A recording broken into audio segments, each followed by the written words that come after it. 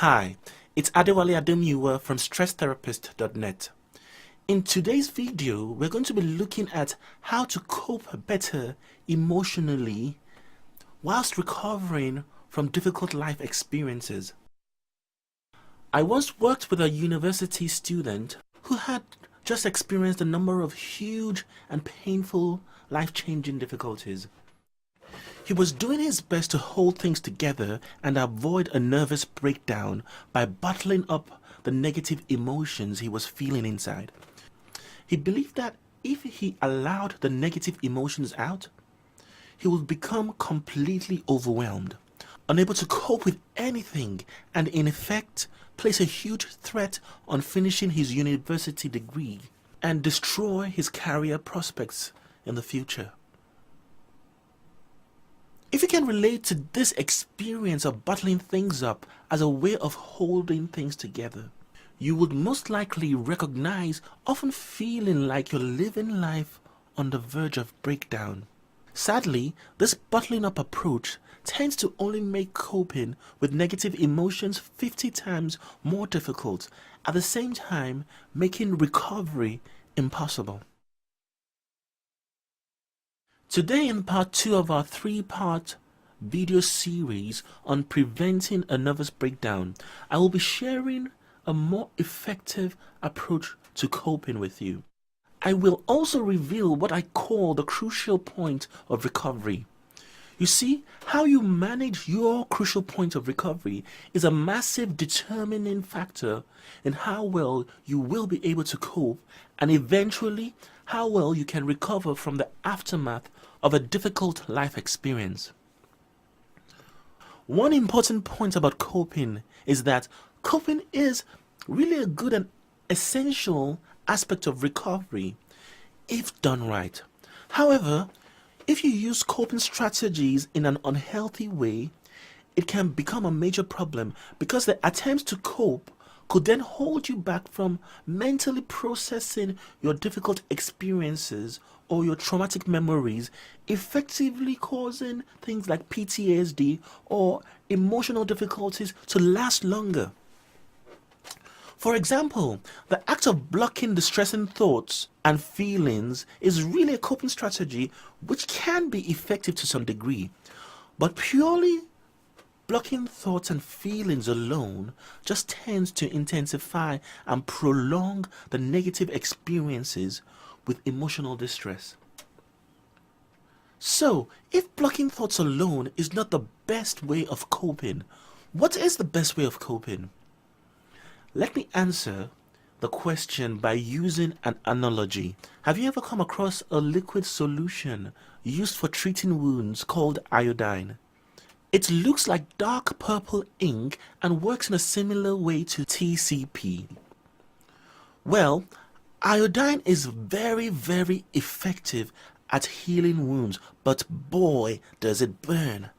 It is really painful to use iodine, but iodine does wonders for healing wounds. What does this have to do with managing difficult emotions or dealing with traumatic memories? You see, like with iodine and TCP, the effective management of emotional wounds naturally causes an intense amount of pain.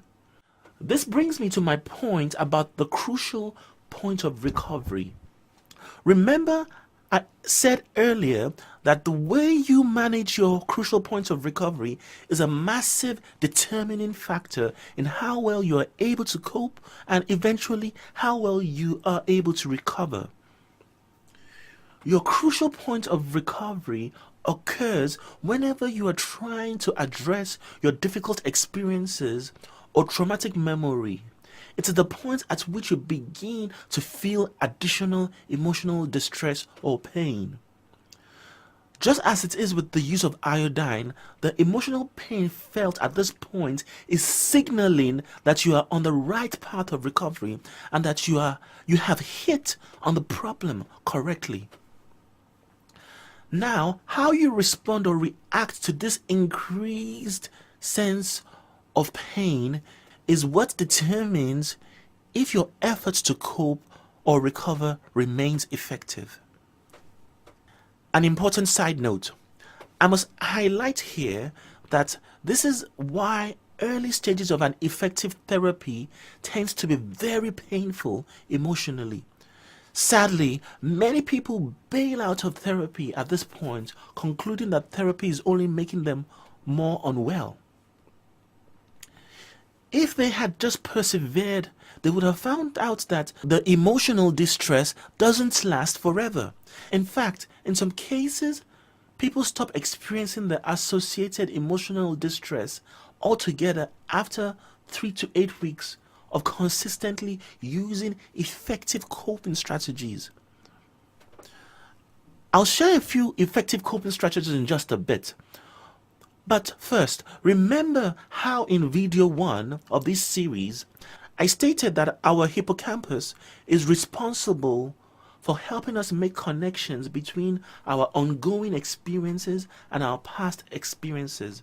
In that video, I mentioned that coping with difficult memories or experiences by constantly blocking does not allow our hippocampus to do its job of processing, which results in a feeling that the difficult experiences, although in the past, feel constantly present and ongoing. Now researchers have found that blocking in this manner actually causes our hippocampus to shrink in size and become weaker at performing that crucial task of bringing meaning to our daily experiences. Please see the link below this video for one such research. Fortunately, these researchers have also found that regularly practicing strategies like the ones I will be revealing in a moment, and like the recovery strategies I will share in video 3 of this series, have enabled people to strengthen the performance and increase the size of their hippocampus. Okay, I will now share the effective approaches to coping that I've been talking about. Essentially, these strategies require that you combine processing of the painful memories or experiences with coping using a huge amount of soothing, calming, and distancing techniques. So you process a little, then you dial in your coping strategy, then you process more, a bit more, dial in more coping strategies, process again, and again dial in bucket loads of coping strategies. This pattern is key because if all you do is process and process and process, you will naturally overwhelm yourself and most likely give up on the task of dealing with these issues. However, if all you do is cope by blocking, cope by bottling up, the problem remains alive and disturbing as long as it is left undealt with. In video 3 of this series, I will be showing you the exact steps you can take to do the processing so that you don't get overwhelmed. For the coping strategies, I tend to fall back on some specific strategies. There are many more strategies, but these just seem to get the best results every time I use them. I will now share 3 of those strategies. So for soothing strategies, I use a strategy I call the Bonjela technique.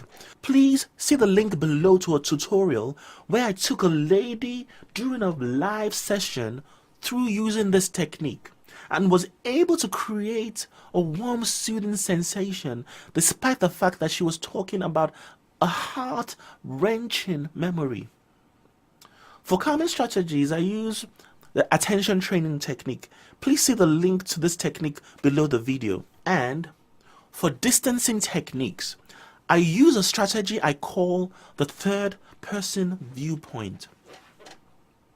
Enabling people to achieve the third person viewpoint on their situations is really a gold standard in cognitive behavioral therapy. I'll just give a quick explanation of the third person's viewpoint today in video 3 of this series, where I talk about the cure for PTSD and other emotional difficulties that come from difficult life experiences. I will take you through how I use the strategy in more detail. So what this strategy does for coping is that it enables people to process their painful memories and experiences whilst remaining detached from their experiences. The effect of this is that the distress caused by the processing is in some cases reduced by almost 70%. Just to mention here, I am currently in the process of putting a premium advanced emotional resilience and recovery course together.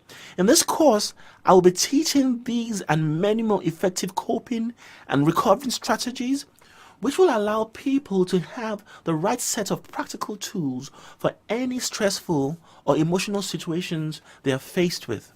For now, though, what I want you to take away is that anything that can help you to gain some distance from yourself, your thoughts, or your emotions whilst you're trying to process your painful emotions or memories will help you cope a lot better. To be honest, from my experience, when people see the positive effect of the third person's viewpoint, they suddenly realize that they can use it in so many ways to manage a lot of their distressing memories and feelings, whilst at the same time still allowing their brains to process everything so that they can put things behind themselves and move on with their lives. I used the strategy on one of my clients a few weeks ago, and after 1 week of using the strategy, she gave me the following feedback. She said, "This is amazing the way it feels. Knowing how much distress a particular thought would make her feel before, actually this particular thought would have made her feel raw for days. When she used a third person's viewpoint, she sensed that she was still feeling distressed, but the intensity of the distress was no longer rising to a point where she couldn't cope with it anymore." She explained that it seemed like she had developed a barrier in herself that naturally stopped the feelings of distress from rising to an overwhelming degree, even though she was allowing herself to still think about the hurtful memory. So before I conclude this video, I set out to show you how to cope better emotionally whilst recovering from a difficult life experience. I introduced you to the idea of your crucial point of recovery and suggested that whenever you hit this point of recovery, you would do your best to remind yourself that the additional pain you experienced at that point is really just signaling that you are on the right path to coping better and recovering.